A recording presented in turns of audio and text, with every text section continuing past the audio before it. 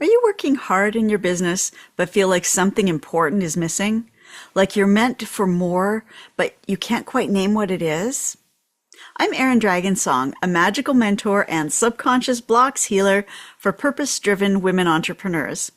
I help you reconnect with your soul mission, uncover the patterns and beliefs that keep you stuck and clear them, and create a business aligned with who you truly are. In this video, I will share what a soul mission really is and why it's not just a buzzword, the number one subconscious block that keeps most women from living it, and how to start aligning your business with your deeper calling today. If you've ever felt like your work should be more meaningful and fulfilling, stay with me. This could be the missing piece you've been waiting for. So let's begin with the question at the heart of it all. What is a soul mission? Soul mission, or as it's also called, life mission, isn't just a slogan or a trendy identity label. It's far deeper than that. It is the quiet truth that's been living inside you since before you had words for it. It's the reason you feel restless when your work doesn't feel meaningful. It's the reason you've always sensed that you're here for something more, even if you don't know what it is. Your soul mission is the unique impact you're meant to make in the world, what you've come here to give or do or create. It's the golden thread that connects all your gifts, your passions, your wounds, and your purpose. Your soul mission is the unique way your spiritual self wants to change the world, the imprint you're here to leave. It's the work that feels like home, like service, like love, because it's who you really are. Where does your soul mission come from? It's born with you. It's actually often chosen before you took human form. It's shaped by your experiences, your gifts, your longings. It's the part of you that's been whispering all along that I have this special gift, or that this is mine to do. Have you had that feeling? You're in the right place if you have. How do you know if you have a soul mission? You know it because you can feel it as a yearning for being and doing something more, something important to you, maybe even important to the world. You know because you've tried to ignore it, but it keeps coming back and, in fact, getting bigger. You know because when you imagine doing that thing, something jumps up inside you, lights up and says, yes! The trick is, for most of us, it's not loud and clear. After decades of being conditioned to shut down our inner knowing and think from the head rather than the heart, the voice of our soul gets muffled or even lost. For many women over 40, this yearning, this purpose-driven yearning, starts to get even louder. You've spent years supporting others, building careers, raising families, showing up for everyone else. And now at last, something inside is asking, what about me? What am I really here to do? Your soul mission is the answer to these profound life questions. It's the part of you that knows what you're here to contribute, that meaningful thing that keeps insisting, there is more for me to do here. So, many people don't even know they have a soul mission waiting for them to notice it. And those who do usually don't know how to access it. And even fewer have figured out how to activate their soul mission as a thriving enterprise in the world. You might even doubt that you really have a soul mission. I really want you to hear this if this is a question you've been wondering about. It's not that you don't have a soul mission. Everyone has one. It's just we've been conditioned to ignore it, deny it, and reject it. Before we go deeper, I want to let you know what's coming up next in this video. In the next segment, I will walk you through the most common subconscious blocks that keep women from living their soul mission. I'll also share how these blocks show up in your business, your confidence, and your visibility, and how to begin overcoming them. And then we'll explore a framework to help you reconnect with your purpose and build a business that reflects it. So stay with me. This next part is where things really start to light up. So, subconscious blocks. What has been keeping you stuck, not only in your soul mission, but in your business and your life?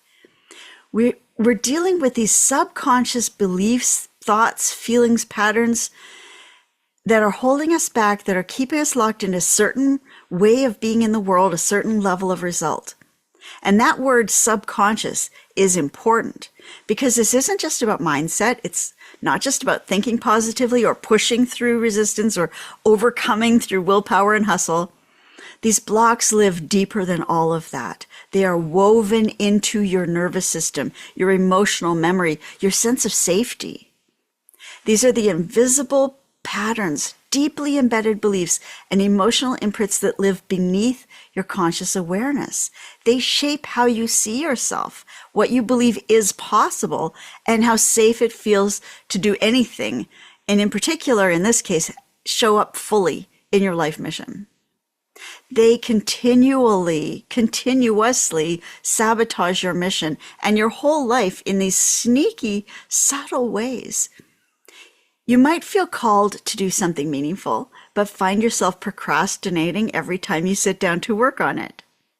You might dream of sharing your message, but freeze when it's time to post or stand up and speak. You might know you're meant to serve, but feel like you're not ready, not qualified, or somehow not allowed.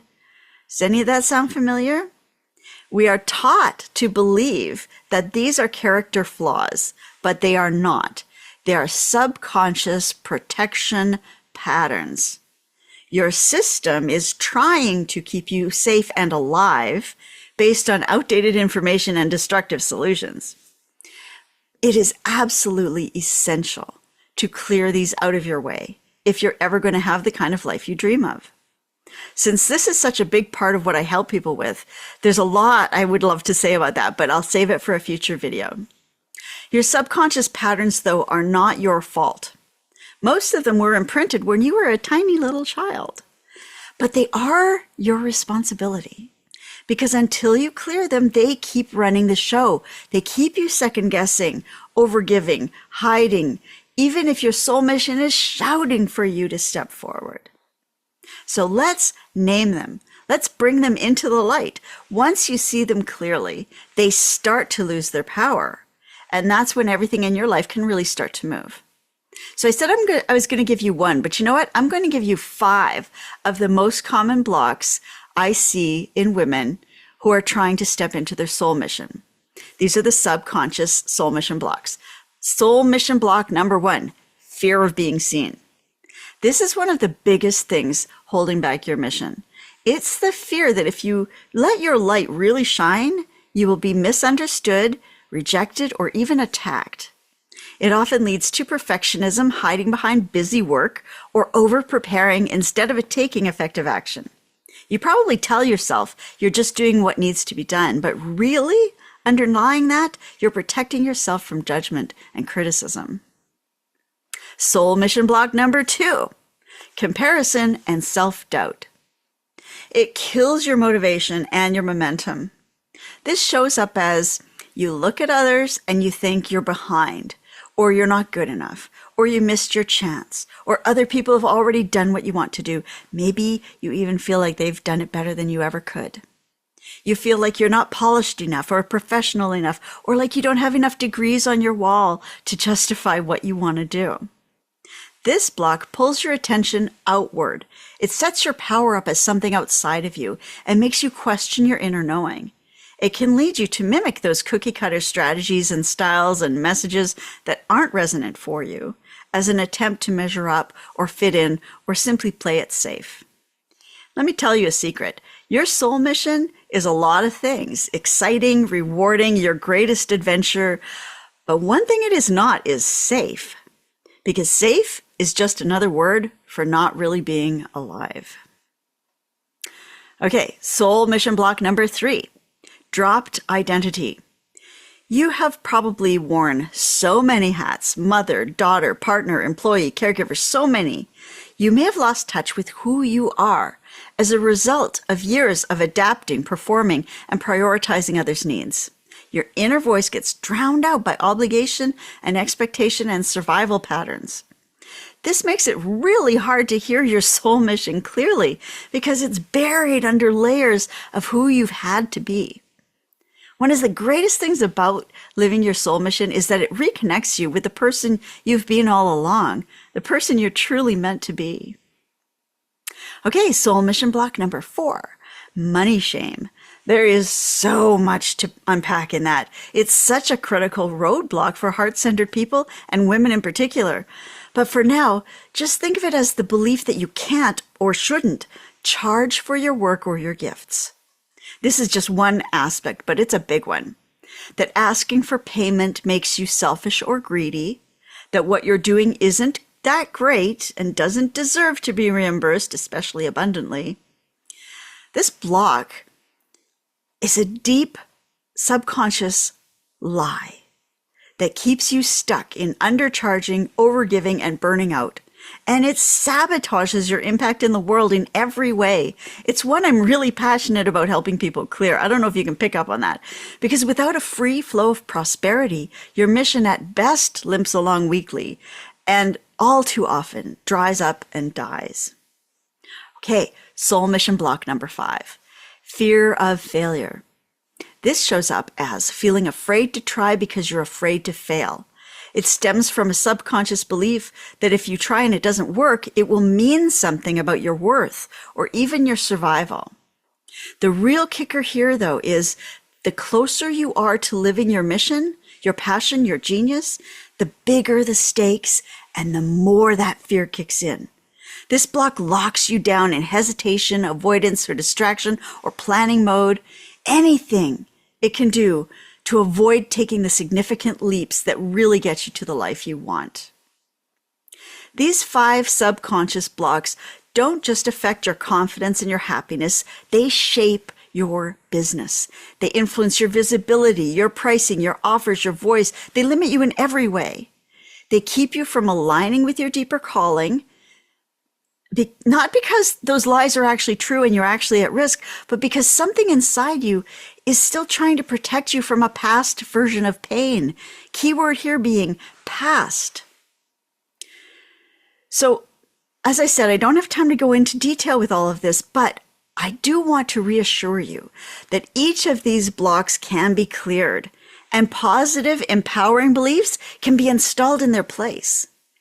This kind of subconscious clearing can actually be really fast with the right technique and energy support, thank goodness. But I'll give you the first step now. The first step is always to uncover them. Awareness is the doorway to transformation. That's where you can start, looking at what the blocks are that are holding you back. So now, let's talk about how these subconscious blocks actually impact your business. Because for heart-centered people like you, your business isn't just a way to make money, right? It's a sacred space, a container for your soul's work, a place where your deepest truth and talents meet the world in a way that's tangible, useful, and transformative. When you build a business from that place, from the clarity of your soul mission, you create a way of working that feels real and alive. Stop trying to fit into someone else's mode. Stop chasing strategies that don't feel good in your body. You stop performing and trying to be someone else. Instead, you can begin to listen to and trust the knowing inside of you. And this doesn't mean abandoning strategy or structure. It means you choose the ones that honor your integrity and your values. So your business becomes a reflection of your authenticity and your unique wisdom and who you truly are. This is so important for heart-centered entrepreneurs that literally your business cannot thrive without it. But to get there, you need clarity. You need to know what your soul is actually asking of you. And you need to be honest with yourself about what's standing in the way. I've said it before and I'll say it again. Clearing those subconscious programs is absolutely vital to your business. It is how you can finally release the old stories, the ones that say you're not enough, not ready, not allowed. It's how you finally make space that allows your real voice, your real genius to shine through. We're talking about a deep, energetic reset, literally rewiring the nervous system. And when those blocks start to dissolve, something amazing happens. Not just in your energy, but in how the world responds to you.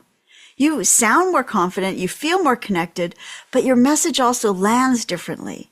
because it's grounded in your soul's presence. People hear you, they feel you, they trust you. This is when your business really starts to thrive, not out of pushing harder or trying 100 shiny objects, but because you're finally aligning with your deeper truth in a way that communicates with others. So how do you get there? This is the underlying framework I use with clients to help them reconnect with their soul mission and build a business that authentically reflects their heart, their passion, and their unique genius. Think of it as a process of remembering, clearing, and creating from the inside out. Step 1 is clarity. What do you feel called to do? What lights you up? What breaks your heart? That might seem contradictory, but it's a very important key, and I'll explain that in another video. This is where you discover your soul mission, what you're here to give the world. Okay, step 2, clearing. What's in the way? What stories, fears, and beliefs are holding you back? What empowering new beliefs shall we replace them with? This is where you get rid of the old subconscious stuff that's keeping you from living your soul mission and input beliefs that actually serve your success. Step 3, connection. Who are you meant to serve? What do they need? What are they struggling with? Why does this matter to you? This is where you bridge from your mission to connect with your audience where they live. Step 4 is creation. What are you building? A course, a coaching program, a writing or speaking career, a global movement? This is where you are creating your content, your offers, your structures, your systems that authentically reflect who you are, your values, your dreams, your soul mission. It always comes back to those. Step 5. Consistency. How will you show up, both in your actions and energetically? What's your unique message? How can you work with your personal rhythm and flow? This is where you're showing up as a living expression of your soul mission. This framework, by the way, it isn't rigid and inflexible. It is fluid and flowing, more like a spiral actually than an arrow. You will revisit each step as you grow, but it gives you a roadmap, a way to move forward with some clarity and intention. This is what makes your business sacred and successful in a way that feels sustainable, nourishing, and joyful for you. So what does this look like in real life? The women I work with have usually spent years doing what they are supposed to do. Supporting families, building careers, showing up for others, doing all this outside stuff in the world. And yet they feel this constant ache, a painful longing that's growing, a sense that their work should mean more, that they are here to do something a little bit different, that they have parts of themselves they have not activated that are crying out for fulfillment. They're not looking for hustle, they're looking for harmony. They're not even chasing success, really. They're longing for something much more profound, significance. I have had a lot of conversations with women who say things like, I know I'm here to do something important, but I don't know what it is. Or I want to leave the world better than I found it, but I don't know how to start. That's the soul mission calling. One woman I worked with, Jessica, she knew she had an important message to share with the world, but she just couldn't seem to get it out there. She struggled with fears around visibility and money that she didn't even actually realize she had until we worked together.